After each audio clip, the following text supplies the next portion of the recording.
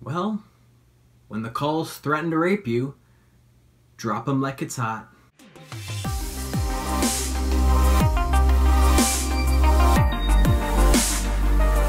Hey folks, Charlie in Westeros here, and I am joining you all once again to talk about another episode of Game of Thrones. Today I'll be looking at episode 4 of season 6, entitled The Book of the Stranger. But before I begin, I just want to say if you come to my channel for some more theory-type videos, fear not, I do have many more on their way. But until then, let's first talk about this episode. As many of you probably know, I love connecting different events in Game of Thrones with each other and create themes between them, and today's episode is certainly no exception. Brothers being reunited with sisters and a sense of love between them was certainly emphasized this episode, as we can see from the reuniting of Theon with Yara, Marjorie with Loras, and of course Sansa with Jon. It was interesting that in practically all these cases, the female sibling was the stronger, more powerful, and more assertive of the pair, and I think it certainly includes Jon Snow's case, actually. Since we are on the topic of Jon Snow, let's start things off by talking about events in the Great White North. The Wall.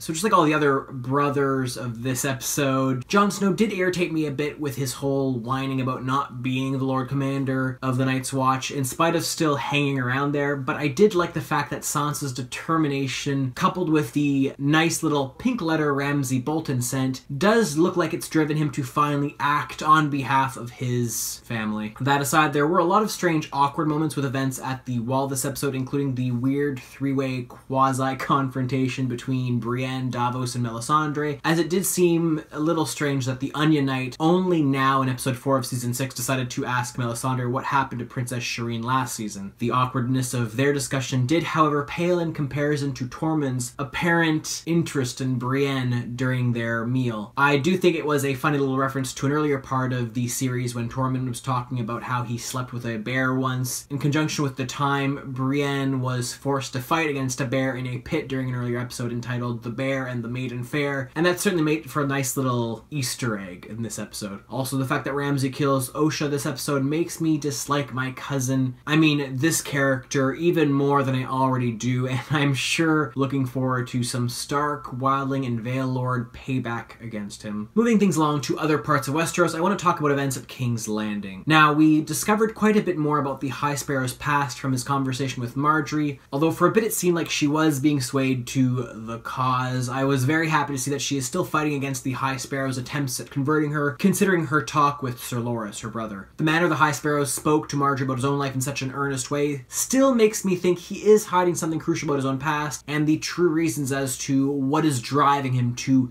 take down the elite of Westerosi society. But that is just my hunch, considering he didn't really give a good explanation as to why he doesn't like the elite of Westeros. Also, considering the small council has finally resolved to allow a Tyrell army to intercept Marjorie's eventual walk of shame in defense of her brother, does make me very excited for the moment that happens. The one downside I can say about the events at King's Landing this episode, though, was that considering how different Loras behaves in the books, it is a little disappointing / sad seeing him in his current state on the show, but that's just my opinion. Another scene that I had some mixed feelings on was the events at Meereen. Now, I did like Tyrion discussing with the Masters to some extent, but it did feel a little silly that he was able to seemingly buy their loyalty by giving them prostitutes and compensation for eventually freeing their slaves. Grey Worm and Missandei both seemed very doubtful of Tyrion's ability to sway the Masters, and considering how easy Tyrion made it seem, I'm in a weird way hoping that the two ex-slaves' doubts will be rightfully confirmed in a later episode. Perhaps when the Masters try to do something against Tyrion himself and the ex-slaves of Meereen. All that said, I think Tyrion is at the very least successfully buying some time for Dany's return by halting the Sons of the Harpies' activities for now.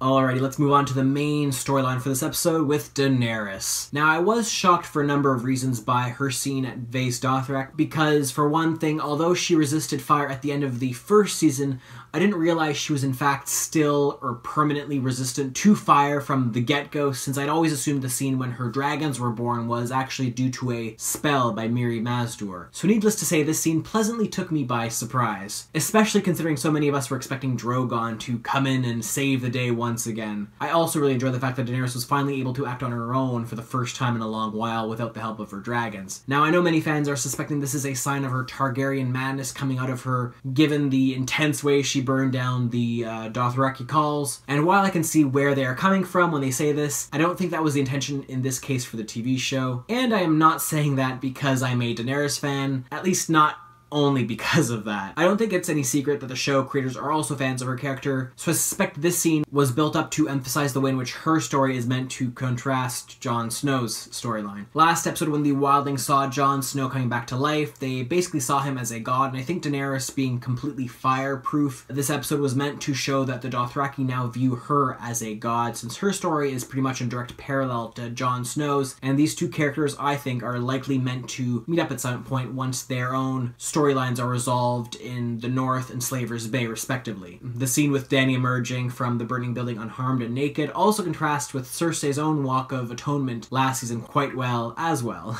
When Cersei was presented naked to the masses last season, everyone openly mocked and scorned her, whereas Dany's emerging naked from the flames resulted in the Dothraki bowing before her in a form of respect, which was quite the opposite for Cersei. Anyways, folks, that's all for today's episode. I kept this one pretty short, but if you want to spend 3 hours watching a crazy, intense, and in-depth discussion about the episode, be sure to check out my group discussion with the Small Council on James of Thrones channel this Wednesday at 7 p.m. EST. I'll post a link to the video on my Twitter account when it's ready. But more importantly, I want to hear what you folks think about this episode. Did anything strike you as noteworthy or interesting that I didn't mention? Chances are there is something out there, so please let me know in the comment section below. And as always, thank you for watching. Don't hesitate to like and subscribe if you enjoyed, and I will see you all next time.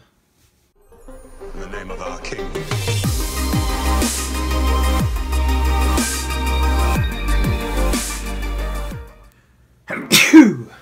Oof.